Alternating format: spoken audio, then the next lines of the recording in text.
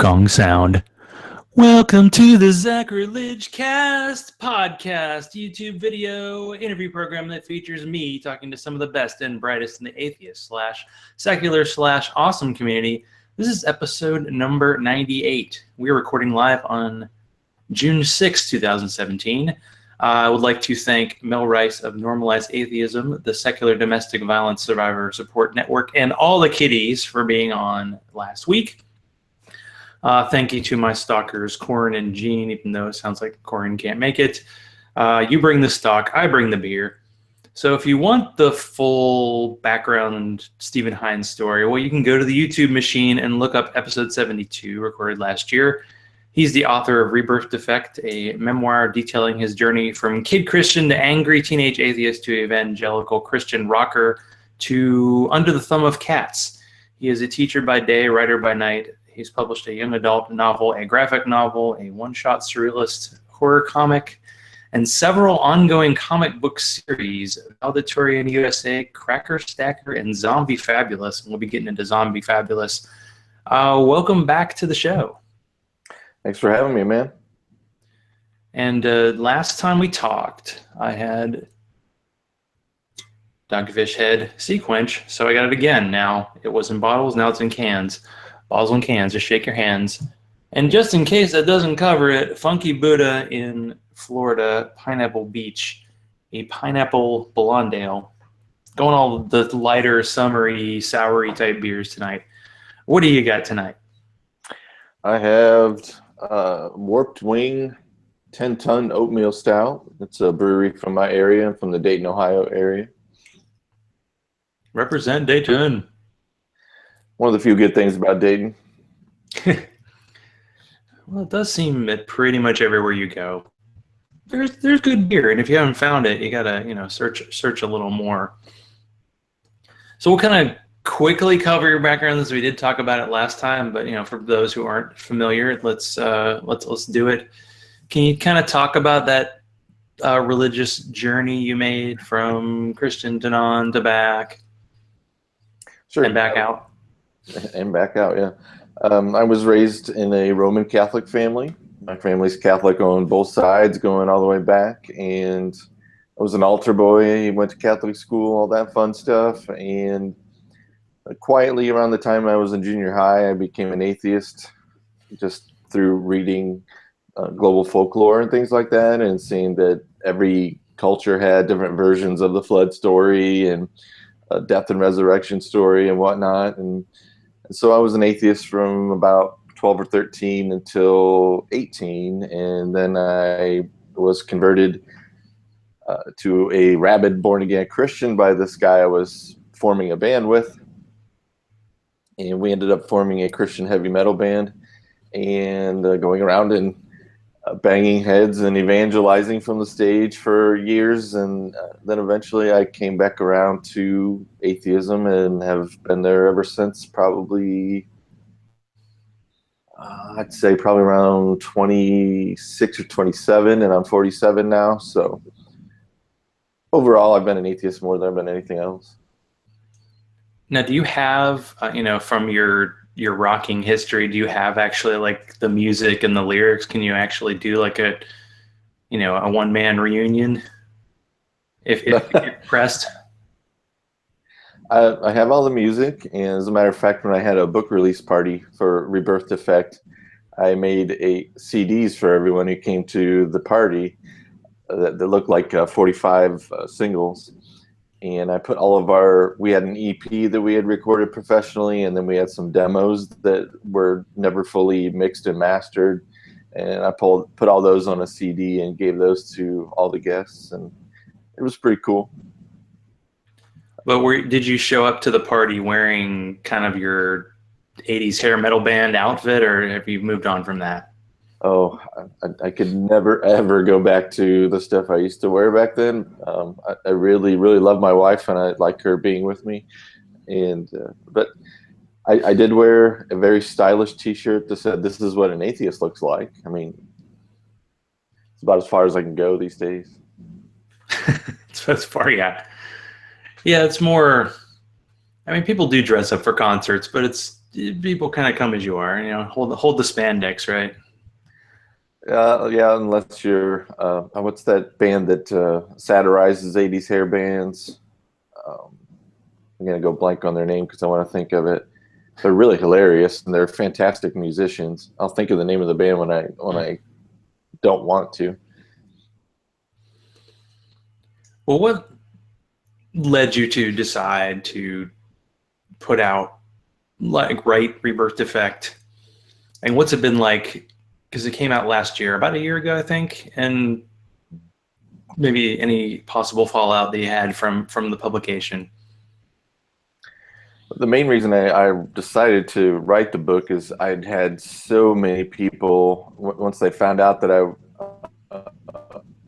was an atheist now, because I live about 2.5 hours south of where I grew up, knows me as nothing else other than a tattooed heavy metal and punk rock guy. And they're surprised as all get out to find out that I used to be a Bible thumper. And so when I would tell them, yeah, I used to play in a Christian heavy metal band, and I'd tell them about all the different stages I went through, and they'd say, well, I want to hear all about that. I want to hear the whole story. And I kept saying, well, I'm going to write a book about it someday. Just, be patient. And after enough people pestered me, I did write the book and put it out. As far as fallout goes, and my mom has known for quite some time that I'm an atheist. She wasn't obviously very cool with it because she's still Catholic, but she doesn't go very much anymore. Ever since she and my father got divorced, and she's kind of been shunned by the church. That really turned her off, and she's known I'm an atheist for a long time. And once the book came out and the ink had hit the paper, and I was promoting it online on Facebook, and I'm friends with a lot of my relatives on Facebook, the proverbial shit really hit the fan. And my mom was just went nuclear. And she had a friend get on Amazon, and she read the sample chapters that were on Amazon, and her friend told her, oh my gosh, he's saying all these horrible things about you and the family, and it's just really horrible, and he's just making fun of Christianity and everything. And so my mom just went crazy, and when she gets really upset, you literally cannot talk to her. And she was crying and calling my brother every day on the phone, and my brother's texting me saying, man, you really got to do something. Mom's calling me every day, crying on the phone and saying how you've betrayed the whole family. And I ended up having to write her a letter. I sent her a letter and said, I really don't appreciate you judging this book without having read it. And I would think you would know me better than that. I will mail you a copy free as long as you read it. And if you read it, we can talk about this. If you do not read it, we will never discuss this issue ever again. And thankfully, she did read it, and she actually ended up loving it, and said she was disappointed when the book was over and wanted there to be more. So it ended pretty positively, but it was a pretty good, stressful couple months. Well, at least you kind of got a resolution. Are there other family members who gave you any kind of negative feedback or even positive? I had one of my aunts kind of jumped all over me on Facebook, and you're too good of a person. I refuse to believe, Stephen Hines, that you're an atheist because you're a good person. And my response to that was, well, why are those two mutually exclusive? Why can't I be both? And she could only come back with things like, well, it's going to be pretty hot in hell. And I was just, all right, whatever.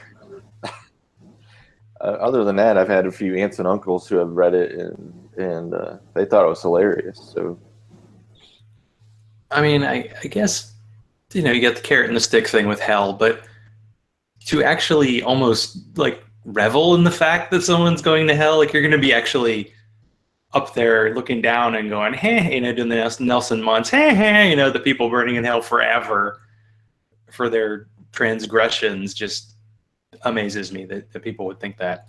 But maybe not as much in the past few months in America, but that's I don't know. Yeah, I have a friend who's a pretty hardcore Catholic, and I remember when George Carlin died, he posted something on, I think this was maybe back before MySpace became irrelevant, and he's like, well, I just hope George Carlin, after all those jokes he made making fun of Christianity and Jesus, that he enjoys burning in hell forever, and he was just like gloating about it. And I had to post on that and said, really? What kind of a Christian would be like celebrating that somebody's going to be burning for eternity? Isn't that kind of not Christ-like? Well, I guess it depends what version of Christ you're talking about, but yeah, it's definitely not something. I don't know if religion sometimes reveals more things about people. You know, when you have more liberal Christians who are thinking about the love and peace side of it, you're like, well, that side of them is getting emphasized. And the people who are talking about the punishment, well, obviously they kind of like that, and they're in favor of that part of it, and they kind of want. I don't know if they really want justice, because it's hard to believe a finite crime gets an infinite punishment, but you know, that's what some people believe. Yeah, I tend to believe that people who really get off on that are kind of felt like that they've been dealt a bad hand in life, maybe, and they kind of revel in seeing somebody get their comeuppance or something. And it's like, I may not be getting my due in life, but at least that SOB got what he deserved. Well, we do see a lot of people in this world who seem to be really bad people, but they're never getting punished for it. So the belief that there is some kind of cosmic justice could give some people some peace, but it also makes them assholes at times. Yeah. So what was it like, since you have your own, studio recording the audio portion of the book? Part of it was awesome. It was fun. I mean, it was just like, I'm an English teacher by trade, and I read a lot to my students, and I really enjoy being able to get into a story and be like really dramatic and become a storyteller by reading something. So that part of it came naturally to me, but I totally underestimated how much editing would go into it, how many bloopers I would have, and I would find typos that I missed during the editing process, and the book had already come out in print, and I would have to chop out. I bet you I chopped out 10 to 15 son of a bitch another typos, and having a microphone, a really high quality studio microphone that picks up literally every movement of saliva in your mouth and everything, made editing kind of a nightmare. It was definitely a learning process, but I feel like the next time I approach that, because I'm planning on doing an audiobook of my first novel on the 10th anniversary of it, and I feel like I'm gonna know what I'm doing a heck of a lot more this time.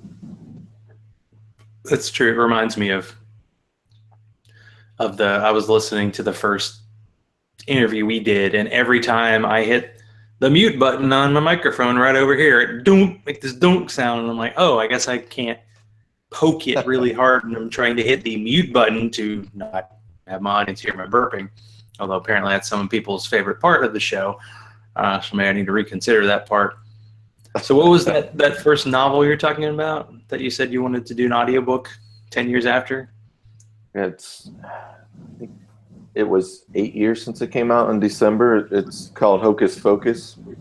And it's about an an eighth grade kid named Lenny, who is going to school in Columbus, Ohio. And he keeps getting into all kinds of trouble because he's hanging out with the wrong kind of friends. And so his mom moves him out to a ritzy suburb of Columbus, a little known suburb called Almpit, Ohio. And before he starts at his new school, he needs contacts. And so she randomly picks an eye doctor out of the phone book and takes him. And this guy's really super weird, and he gives him these contacts, and he's really creepily tells him that these contacts will give him the ability to see what people are really like on the inside. And he doesn't believe him, and he puts him in, but he goes to his new school, and he sees most of the kids who are walking around are walking, talking Ken and Barbie dolls, except for this one girl who everybody thinks has autism, and he knows that that's not the case because he can see what's really going on.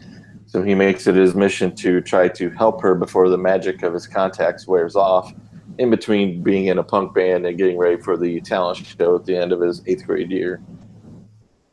Punk band, huh? Yep. Like you some punk. So Oh, how did yeah. you get into teaching originally, and then how's it going, and how was it like to be in the summer? I knew I wanted to be an English teacher when I was a senior in high school because reading and writing are pretty much two of the only things I really love and that I'm really, really good at. And but I was dumb enough at my graduation party to let one of my uncles talk me out of it because he was like, "Here, well, there's no way you should be doing that. English teachers don't make any damn money. You should go into business." And so I stupidly listened and pursued a management job working in the grocery store I used to work in, which is you mentioned my mini. Glamorous. Yeah, you mentioned my mini comics Cracker Stacker earlier. Those are true stories about the years I worked in a grocery store. And eventually I realized how completely miserable I was working in a grocery store, and that the only part of it that I liked was working with the teenagers and training teenagers and, kind of being a mentor to them. So I demoted myself from assistant manager back to supervisor. I went back to college and became a teacher back in 1998. And I just finished year number 19. I taught 5 years of 8th grade and just finished my 14th year of teaching juniors and seniors. And most days I love it. There are days where I want to just run away and join the circus or something, but circuses are kind of going away. That's impossible. But summer break is excellent. To answer your last question. Yeah. And I have one more teacher question, but I do want to get the first live read in since we're at about 20-minute mark here. So on July 22nd, 2017, come to Chattanooga with me and many of our special friends as we try to revisit that ReasonCon magic.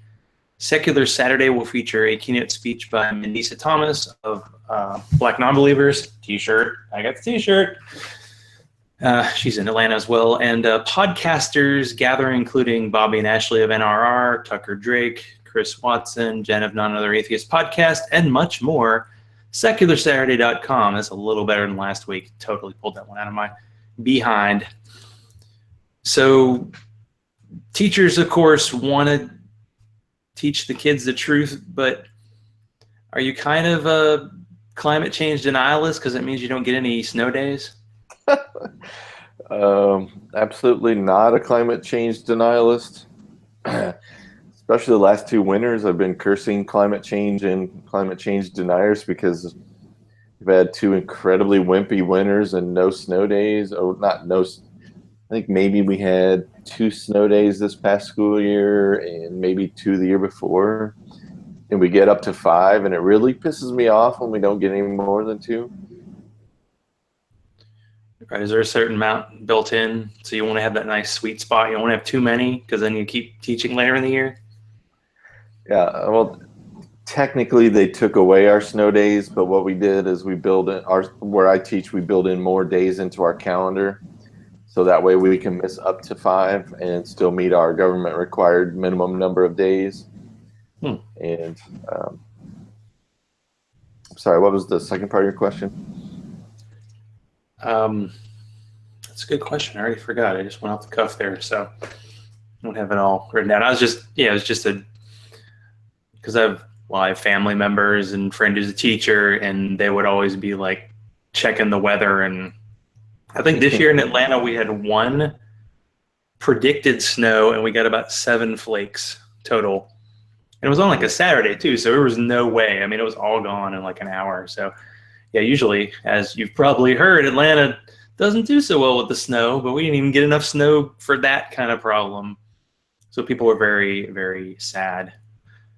But you're not just the writer of the traditional novel memoir. It seems like you've tried your hand at just about everything. So you talk about your kind of graphic novels, and do you call everything you do graphic novels, or are they called comics? What's the way to describe it?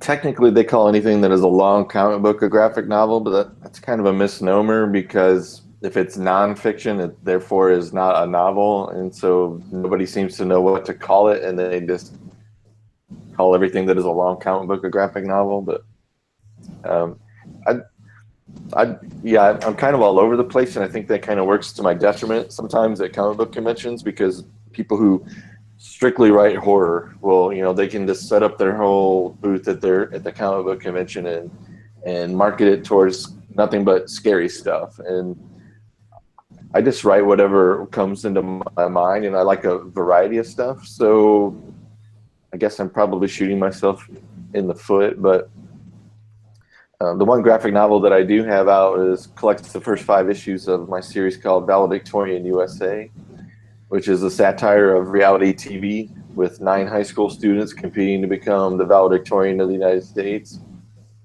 And I like to describe it as a cross between an episode of Big Brother and the classic movie Breakfast Club.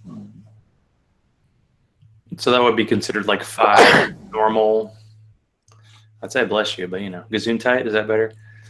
That's a first show sneeze. How about that? Sorry about that. It's Ohio and the pollen is in the air. Yeah. But what's the normal size of, I guess, what would be considered a standard comic book? About 23 pages. Usually with the big mainstream comic books, they'll have ads and stuff in there. But since I'm an indie person, the only time I have an ad in one of my comic books is printing companies will offer you a little tiny bit of a discount on printing my comic books if they can put an ad for their printing company inside the back cover or something. So is that the full run of Valedictorian USA, or will there be more to the story? Issue 6, it has been completely illustrated and lettered. I just have a few typos to fix in it and get it to the printer. And we have minimum at least probably 15 issues before the full story is done, because I originally wrote it as a novel in script format. And at the time, I had a literary agent who was representing my first novel that we just talked about earlier, Hocus Pocus. And she thought it would work better as a graphic novel, as valedictorian, than as a novel in script format. But she wasn't willing to help me with, paying an artist and all the part all the hard work, all the expensive work. So to make a long story short, we ended up parting ways, and I started putting it out myself, issue by issue. Yeah, that's one thing a literary agent tells you not to do, is self-publish, but so many people, it's like the only way their book's going to come out, and there are a lot of people who found success through that.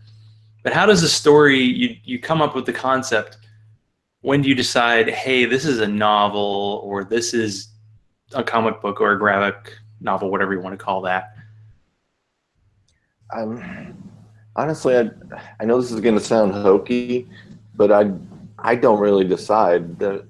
When the idea comes to me, it pretty much almost has like a watermark of what media it wants to be expressed in.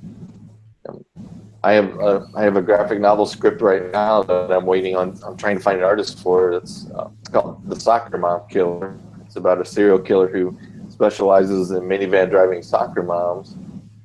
And I've thought about turning that into a prose novel to save money on paying an artist, because paying an artist is ridiculously expensive. But every time I try to go that direction, my gut just says, no, this absolutely has to be a graphic novel. This cannot be a regular novel. I just never thought of it. Like, I had I don't know, 25 years ago, I had like a screenwriting phase where everything I did was in screenwriting language, which was mostly just dialogue and a little bit of stage direction. I never actually thought like, oh, this should be a comic book. Maybe because I guess in growing up, you were really into comic books. Oh yeah, all the way back from when I was a little tiny kid going to the grocery store with my mom and picking out Spider-Man comic books and stuff like that. And I kind of got away from reading until the Star Wars movies hit, and I turned into a total Star Wars nerd.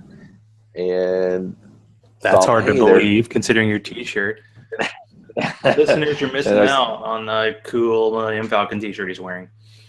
Sorry. Oh yeah. And I remember going to the grocery store late, or probably wasn't even the grocery store. It's probably something like Kmart or something with my mom, and seeing that they had Star Wars comic books. And I'm really grateful that they did that stuff back then. Obviously, it was a moneymaker for George Lucas, but that got me back into reading and wanting to be a writer and wanting to be an artist in general, just by seeing that. And so that had a huge impact on my life. Yeah, I never got into comic books. It's weird. I feel like I must have missed something growing up. The only comic book I think I ever bought, there was a Disney movie that was trying to cash in on Star Wars called The Black Hole. And it wasn't a very good movie. It was cheesy, but it actually had really good actors in it. And I actually bought all the toys. And I got the comic book because it was continuing the story, although apparently it ran out. Like, it just got stuck in the middle. Because it's like, you don't want to know what happens after the movie, and then it just stopped. And you're like, but the stories, you got to keep going. They can't stop. But that was my, one experience with that. Did you read the novel that was either based on the screenplay or where the screenplay came from? I can't remember which. I believe I found it like at a used like bookstore, and I still have it almost. I'm trying to think. There was some random Facebook discussion where that movie came up, and apparently they were gonna remake it, but they didn't. And then there's some TV movie called The Black Hole, but has nothing to do with it. And I don't know if they could really redo it. I mean, it had really good music, and the characters were interesting, but it just, it didn't all come together. It was it was kind of dark. So maybe because Star Wars, it has like a whole planet blow up, but at the end you're all like, woohoo, we killed a bunch of people. It doesn't really get into the downside of that. We get, at least Star Wars ended with an award ceremony, and I remember reading the novel version of Black Hole. I haven't thought about that in forever, and I remember just being completely obsessed with it. Well, I remember the one robot, I think it led to me being really scared of giant squid because it kind of had that body shape. It was that big one with like the blades on it. That was a pretty creepy thing, yeah. Because that movie came out in '79. I don't even know if I saw it in the theater or not, but it had a big thing. Man, you were like Mr. Idea. So what's Zombie Fabulous about? Because I know this is your latest project. You got two books in, and number 3's on the way. What's this story? Zombie Fabulous is a trilogy about drag queens who come back as zombies, and their big internal conflict is that they still want to obviously remain looking fabulous, but they are decaying and craving brains. That does cause a problem. And was it... Sadly, I made the mistake of asking to take a look at it until today, so you sent it, and I only had a chance to kind of glance over it really briefly. So were you wearing the same outfits in the second one as the first? And you're like promo pics? For the second Kickstarter video and for inside the cover, I have a former student who went to a special effects makeup college in Pittsburgh. She goes under the name Mal Macabre, and she has a website where she does zombie makeup for people and makes creepy statues, and she even does live casting, which she did for my wife and I on our 25th anniversary. She made a cast of our hands, of us holding one hand on top of the other, and we have a cast of that. That's pretty cool. Been to Kickstarter video and full-blown makeup, and we were crammed into dresses and false eyelashes and boas, and it was a pretty traumatizing video for viewers, I think, because from the statistics I saw, they made it past about 30 seconds of that video. So have you done Kickstarter for the first 2? Because I know you are for number 3. Yeah, we did Kickstarters for 1 and 2, and we are about 3.5 days into the Kickstarter for issue 3 right now. And shockingly enough, we are almost 50% funded already. And yesterday we just found out that we were a staff pick of the Kickstarter staff, where they will put their stamp of approval on projects that they think are awesome. And we got that stamp of approval yesterday. So I'm hoping that leads to bigger and better things. Well, when did you start? Like, when the idea come in, and when did this actually get started? Because zombies feel like they've been hot for a long time. I don't know if you're kind of just went along for the ride with that. Honestly, it was probably about 6 years ago. I woke up when my alarm went off for work, and the title Zombie Fabulous was just right there on the tip of my brain's tongue. And I keep a notepad beside the bed because that's usually when I get my best ideas, either from really weird dreams I have or when I'm partially awake or starting to fall asleep. And as soon as I started to write it down, I knew that it was going to be a story about drag queens that came back as zombies. And as my litmus test at that time, I went into work that day, and I was in the teacher's lounge waiting to make copies, and there was a fellow English teacher in there, and I said, "Hey, what do you think about a comic book about drag queens that come back as zombies and they eat the brains of homophobes?" And she looked at me and said, "What the fuck is wrong with you?" And from then on, I knew I was on to something. And then later, I was at a comic book convention in Louisville, Kentucky, and there was an actual drag queen there. And we ended up on the escalator down, leaving at the end of the first day of the convention together. Pardon me. And I looked at her and I said, "I have this story idea about drag queens coming back as zombies and wanting to remain fabulous while they're decaying and craving brains." And she just looked at me and was like, "Oh, that's hot. That's hot. You need to do that." And I was like, "All right, I got an official drag queen seal of approval.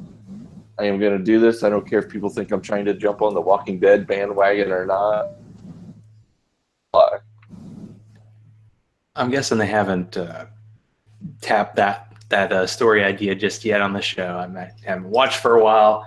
Now, you did the video. Now, does that mean you're going to be doing another one in character? And do you have, normally when someone becomes a drag queen, they kind of have a persona or a stage name. Did you come up with that? No, we didn't do that when we were drag queens for the issue 2 Kickstarter, and we got some flack for that. People were like, "Well, you guys were just talking like your normal selves in the video, and you were all in drag and everything. Why didn't you, just really play it up?" And I was just afraid that it would come across as two straight guys mocking the LGBTQ community, and I didn't want somebody to think that. But luckily this time we made it fantastic fun to just sit there and grunt and groan and make gestures, and later edit the footage and put in subtitles, pretending like we actually were literally saying something. That's pretty cool. Yeah, it's got to be. Do you have the same artist all the way through from the beginning who's helped you on this project? On this project, yes. I've been lucky enough to work with a fantastic artist named Aaron Lindeman. I stumbled upon him through doing a poetry reading at a local library where my wife now works, and his wife at that time was a part-time librarian and an adjunct professor at our community college in town, and just was talking to her. She's like, "Oh, my husband's an artist." And I said, "Well, would he be offended about doing a story about drag queen zombies?" And she started dying laughing and said, "No, and then you should meet my husband." And so we sat down and met over coffee, and we've been a creative team on this madness ever since then. Yeah, what's it like to be doing that? Because usually you consider writing to be like a solitary thing, but then you think of like a TV show where there's usually a group of writers and they work together, but you're working on different angles, but you're working on the same thing. Like how does it help you kind of figure out some rough spots and just come up with a better product in the end? I think it's a blast because so much of being a writer is, like you said, is you're working in a vacuum and it's all you. And working with an artist, I get to describe to him, when I give him a script, what I see in my head, and then just let him run with it, let him take it where he wants to, and he ends up adding things to every page that I never would have thought of, and he makes me look better. I've I've never worked with an artist, honestly, who I had to say, you know, you're not really doing this right. You're dragging my script down or anything. So I've been lucky. I've heard other authors talk about dealing with artists who are completely put in their heads, and luckily I've never experienced that. So for your Kickstarter, what are kind of the things you're offering the people who are donating to the cause? See, we the same student who did our makeup, the zombie makeup and drag queen makeup, made us. We have some zombie fabulous rosaries because issue 3 has a lot to do with the Virgin Mary, and since the Virgin Mary's color is blue, I bought 50 cheap plastic rosaries from this Catholic website, and I'm hand them over to Mal, the artiste, and she made little, I think they're like made out of resin. They're little brain sculptures, and painted them metallic silver and put 3D initials of ZF for Zombie Fabulous on the brains. And so we have Zombie Fabulous brain rosaries. We have bumper stickers that say "I heart Zombie Fabulous," but it's a sacred heart with a crown of thorns going around it, and inside the heart is the rainbow flag. And we offer people a chance to get a one-page mini comic that I write about them and Aaron draws. They can also get a portrait of themselves as either a drag queen or a zombie queen. And they can also get a t-shirt with the cover of issue 3, which turned out unbelievably amazing. It's the best cover of any of my comics that I've put out so far. And they can also, at the highest level, they can get their likeness on the cover of the graphic novel collection of all 3 issues that's going to come out in about a year or so. So they will be immortalized on the cover of the graphic novel, which will be in print for at least as long as I'm kicking on this earth. That's pretty awesome. Well, I will include the link to the Kickstarter in the show notes for people, and let me throw that out there on the Zachrilege Cast page as well. We are reached the time for live read 2 now. This is the Patreon Love live read, so I always give Bobby the first slot since he did start Patreoning me from the beginning. But this week, in honor of Wonder Woman, we have Marissa going first, as Inciting Incident's 100th episode is coming up shortly. You can meet up with Scathing Atheist, Opening Arguments. Chris Cluey will be there, and some of other relatively close to Pennsylvania podcasters. I believe that's July 14th, but I'll include the details in the show notes. So what's it like? You know, I was talking about ReasonCon, big atheist conference that was in North Carolina, and what it was like to be there. What's it like to go to these kind of comic conferences? It all depends. My favorite ones to go to are the ones that are based around independent comics, because I tend to do better at those. And I really don't read a whole lot of mainstream comic books anymore. So I like to, like, for example, my favorite show to go to is called Space, and it's in Columbus, Ohio. And that's the Small Press and Alternative Comic Book Expo.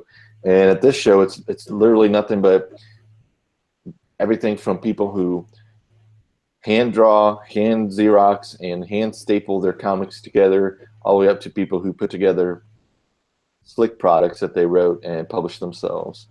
And it's such a loving, close-knit, and supportive community where everybody's rooting for everybody else to succeed.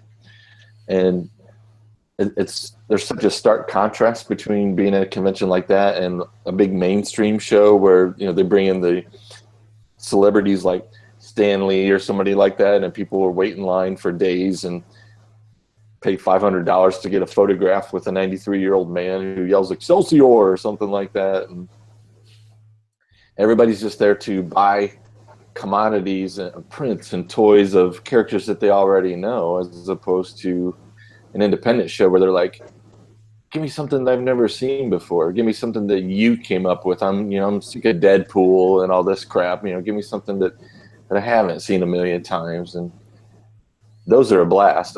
Although I do enjoy all the at the more mainstream shows. I do a few just because they're local and I don't do so badly sales wise at them. But it is cool seeing people dressed up in the costumes, and it's fun. But yeah, like I said, I just prefer the more indie friendly shows. We have Dragon Con here in Atlanta, and that's always like Labor Day weekend. And I've never actually gone to it, but going on like Friday night and just seeing people in, costumes. I don't know, do you actually dress up in any costume for these? You just, come as you are?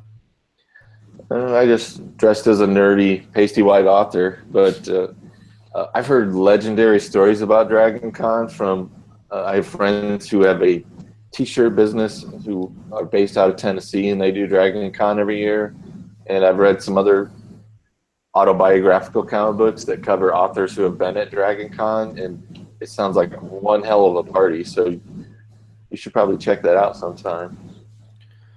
Yeah, Dragon Con's pretty cool, and I think there's like a skeptic track as well. Only problem is it always happens the same time as a Decatur Book Festival, which my wife actually works for. So there's just so much. Labor Day weekend in Atlanta is insane. It's a book conference, there's Dragon Con, there's usually like a NASCAR race and then like a college football game. The town is pretty crazy. So you think it's a more supportive community for like independent comic book people than like independent, authors of just, prose, we'll say novels?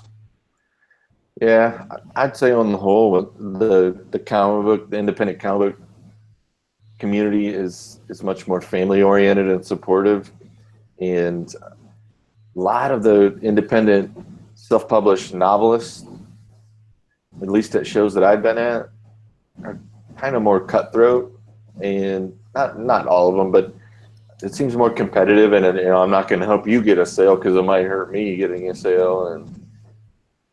And honestly, most of the self-published novels that I've bought have been horrible. And it's the complete opposite with comics. The self-published comic books that I bought, 9 times out of 10 are better than the stuff that Marvel and DC are pumping out into the world. So that's where my heart is, at least. I am trying my first atheist convention in September. Which one's that? The Kentucky Free Thought Festival. I think Seth Andrews is going to be the keynote speaker, and Matt Dillahunty is going to be there. So I'm pretty pumped about that. Where in Kentucky is that? It is in Louisville. Okay. And ironically enough, I think it's at some big convention center named after Muhammad Ali. And to me, I find that kind of at least chuckle-worthy since he was a Muslim, and this is a free thought convention. Well, NanoCon I went to in Nashville was at a Unitarian church, and the Secular Saturday that's happening in Chattanooga, that's happening in a church. I mean, what else is there in the South but a church, like a moderate-sized place, but that sounds like a much bigger one. Louisville's might be a little far, but problem with me is when football season starts, I kind of get lost. So we'll see what kind of events I attend. But the one in North Carolina was just too fun. So yeah, I should definitely give it a shot and try to get there. I think I saw one of your benevolent feline dictators behind you. What's the current cat count? 2. You saw our 3-year-old. Her name was Ginger Wildheart. She's named after my favorite songwriter, who was a dude. So don't tell her. She's named after a dude. Tell her. Yeah. She has those cheekbones. If you've ever, of course, you probably don't know who Ginger Wildheart is. I don't, and I should. I can send you links and links. I take the word fanatic literally. Really? So was it with a particular band? He started out with a band called the Wild Hearts, who we're kind of like a mix between punk and heavy metal and pop music. And he's been solo for a few years now, and he literally puts out everything from super extreme heavy metal to he just put out a country album this year. And he just literally does whatever he damn well wants to, and he pulls it off and makes it feel to do it, which is why he's one of my number one heroes in life. Well, yeah, I could see that because you don't seem to be stuck on like a genre when it comes to writing. Do you want to cover something else? Is there some like dream project you have that's kind of feels out there for you, but you want to give it a shot someday? I've been kicking around the idea of doing something that I said I never would do, which would be a superhero comic book. Because when I do mainstream shows, that's what people want is superhero stuff. But if I ever do a superhero comic book, it's going to be complete satire of the genre, making fun of all the completely unrealistic elements of people running around in spandex and saving the day and all that kind of madness. That's true. Now, to date this show, so last weekend Wonder Woman came out, the movie. Have you had a chance to see it yet? Not yet, but I'm dying to because I've heard nothing but good things. Yeah, I heard like 100% good, and then I listened to it was like an NPR review, and it was kind of in the middle, but ultimately positive. But I really enjoyed it. I don't know, I didn't get the negative stuff. I mean, it seems like the negative stuff is just the over the top. Oh, why does a woman need to be in charge of a comic book movie for the first time in I don't know how many comic books movies that we've had in the past 20 years? Yeah. What's weird is I don't read superhero comic books anymore, but I love a lot of the movies, especially the X-Men movies. And the X-Men have always been near and dear to my heart because of all the themes about, being anti-racism and anti, different people, quote unquote. I liked the Deadpool movie, but I didn't think it was anywhere near as good as what people told me it was going to be. But yeah, I love most of the superhero movies. I love the Iron Man movies and didn't care for the Spider-Man movies, but didn't care for the Avengers movies either. I think there's something to be said. I'd say it's like pizza in a way, because like even the bad stuff is fine. You know what you're going to expect with a comic book movie, so it's kind of normal. But I want to push comics aside a bit. This is actually Jeannie gave me this idea in the chat room, so thank you for that.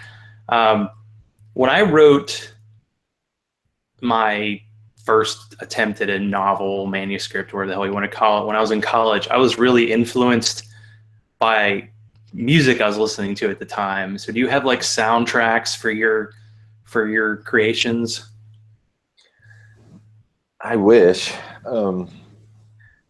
Sadly, I cannot read or write if there is music playing with lyrics in it. If it's instrumental music, I can read or write with it on. But if there are lyrics involved, my brain immediately gets sidetracked, and I start gravitating towards what's going on in the lyrics instead of thinking about what I'm supposed to be thinking about. With that being said, my first novel, Hocus Pocus, that we talked about earlier, has a lot of references to classic punk rock in it. And one of the main characters in the story is a girl named Pauline, who wasn't even in the story when I first started writing. I was 9 chapters into it. And at the time, I was playing in a Sex Pistols tribute band, which goes over really well in Ohio, by the way.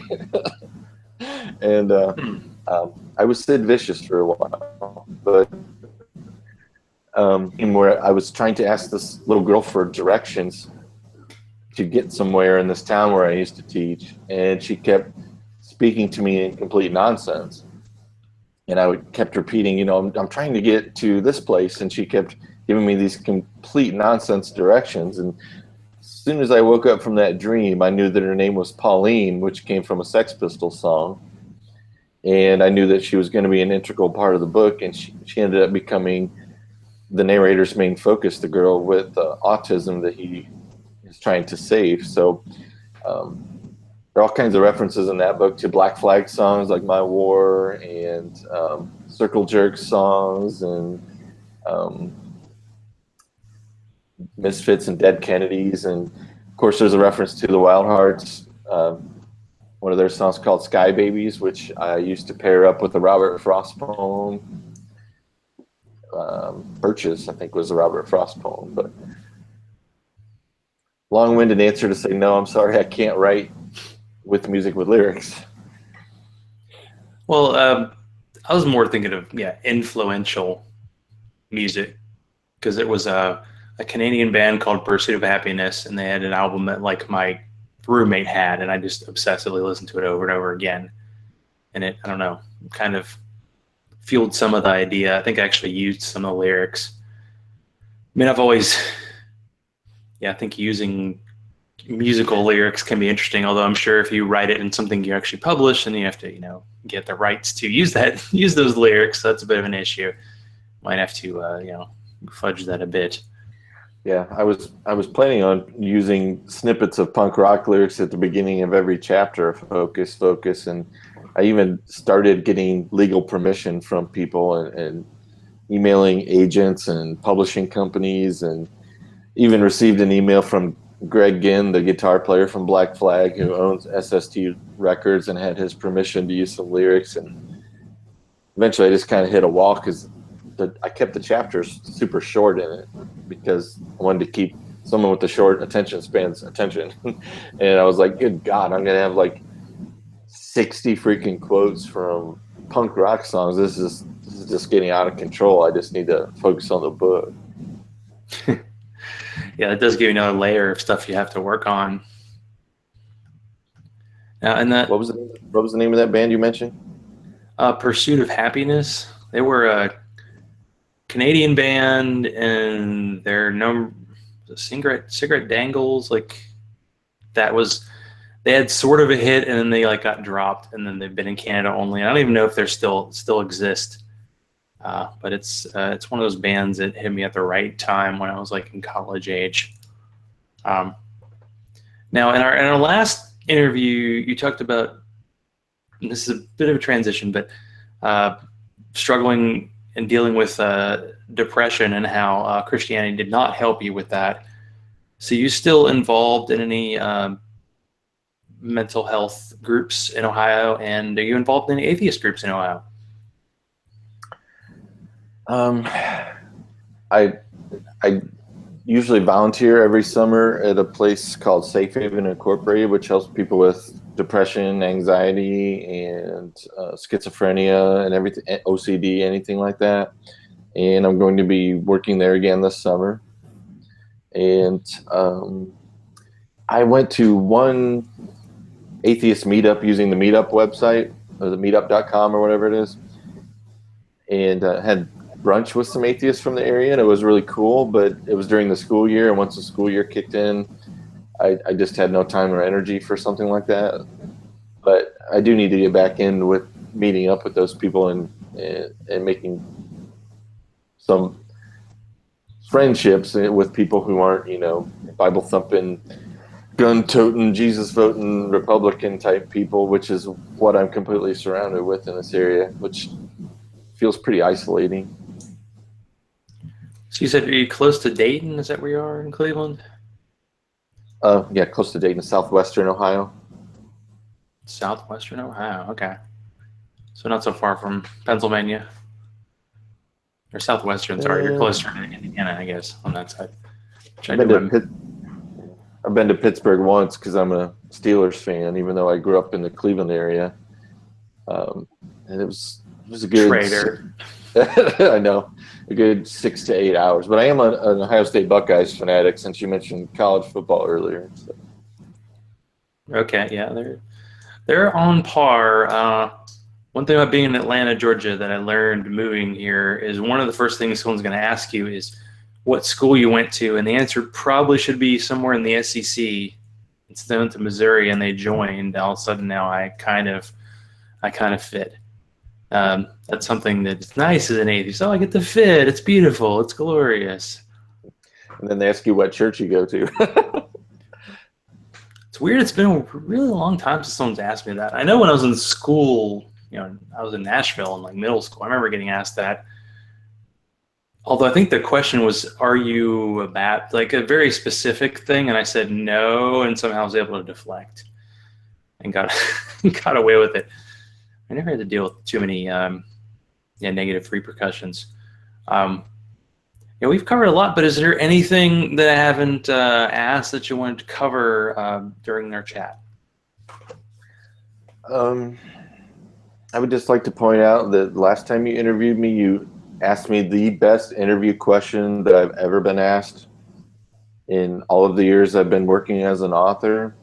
And so you set the bar pretty high. Do you remember what that question was? I don't know. I asked so many. You asked me, okay, so you've been a professional musician. I said, yes. You said, and now you're a teacher, and you're also a self-published author. What exactly do you have against making money? And that is still the best question I've ever been asked. You have a consistent theme going there, because the music and publishing industries have always been tough to make a living in, but they seem tougher even though there are more avenues now. But like the #1 selling album sells so many fewer numbers than they used to like 20 years ago. Like, I know, do people sell 10 million albums anymore? They even sell 1 million? Because it seems like if you do 100,000, you're doing really well. You look at the number of units that it takes to get to the top of the Billboard charts now compared to when, like the 70s and the 80s and the early 90s, and it's minuscule compared to that because everybody's downloading illegally. True, yeah. So do you feel like if you had the option, would you want to be like a full-time author or a full-time musician, or you still like the teaching job and are able to use your free time for as little as you have during the year, but at least you have some in the summer? Yeah. Honestly, I would completely love if I could write for most of my income and maybe kind of demote myself to working as a teacher aide or some kind of function where I was still working with teenagers where I didn't have to take papers home to grade constantly. Because an easy week during the school year for me is 60 hours. 60 hours feels like, oh my gosh, what do I do with all this free time? And most of the time it's like 70 or 80 hours a week. And so it usually takes me 2 weeks into the summer to even figure out what to do with myself, because I feel guilty and like, oh my God, what do I do with all this time? I have nothing to do. Oh my God. Well, you got a bass guitar over there and you got cats. That'll cover you. It's true. It's true. I'm also working on a short autobiographical comic book for an anthology that is completely about people with anxiety disorders, which is what I mostly deal with a side shot of depression. And I'm working on illustrating that and submitting it and hopefully selling it to an anthology, which would be pretty amazing. Comic anthology. I think I might enjoy that more than like short story anthologies. And then there's this style of novel where it's like one story and each author writes a chapter for it. And I've only seen that a few times and it hasn't quite worked out for me, but the short story ones tend to be a little better. So it sounds pretty good. Mm-hmm. Dang, what don't you do? Making me feel lazy. Oh, trust me, I took a good 4-hour nap on the sofa today, so I was plenty lazy. Impressive. That's something where the cats can go, we'll show you how this is done. Yeah. Ginger Wildheart has a chair by the window where she likes to trash talk to birds, and she settles down and takes a nap there beside the sofa, and that's our father-daughter bonding time. Right, yeah. Our cats look at this stuff outside like, I'd totally eat you if I could, and I don't know if they can handle the outside. I think that might not work so well. Oh, we put one of those bird feeders in our window that's clear, that's attached to the window with a suction cup. And Ginger will sit there and chatter at birds when they're flying around and landing on our back patio. But if they land in that bird feeder, she about craps herself and hides. And it's like, oh my God, that bird might be able to peck at my face. Yeah, the cats. They live a good life. We retired them pretty much. They're retired from day one. So where can people find you? I'm going to include, of course, links in show notes, but even the most thorough of show note readers don't always check that all out. So tell everybody where they can find you. My author website is stephenhines.org. I wanted stephenhines.com, but it was taken by a guy who writes books about Little House on the Prairie, which is totally not me. And I'm also on Twitter. My Twitter handle is Stephen Hines 67. 67 is not my IQ or the year I was born, but it is a reference to a song by one of my favorite bands called King's X. And I'm also on Instagram under that same handle, and I'm on Facebook, and I've pages for my publishing company and all my different book titles as well. What's your publishing company called? ALB Books, which stands for Albino Leper Boy Books. Okay. If the shoe fits, I guess so. And I forgot in my old Patreon Love Fest earlier to mention that if you want to know why not to get in an elevator with Bill Robbins after he eats fajitas, check out last week's No Religion Required. And of course, if you want to be a supporter of this show, patreon.com/Zachrilege, ZACHRILEGE. Follow me on Twitter, like the Zachrilege Cast page on Facebook. Send all hate mail to zachrilege.cast@gmail.com. Thanks to Stephen for being on again tonight. He probably wrote a chapter at least, while we're on there in his head. No. He does it that way. Stay safe, and if you need to chat, I'm available. If you're an atheist and you feel alone, you are not alone. Reach out. Let's chat and get that human connectiveness that keeps people coming back every Sunday. Stay skeptical. I love all y'all. Good night, and gong sound.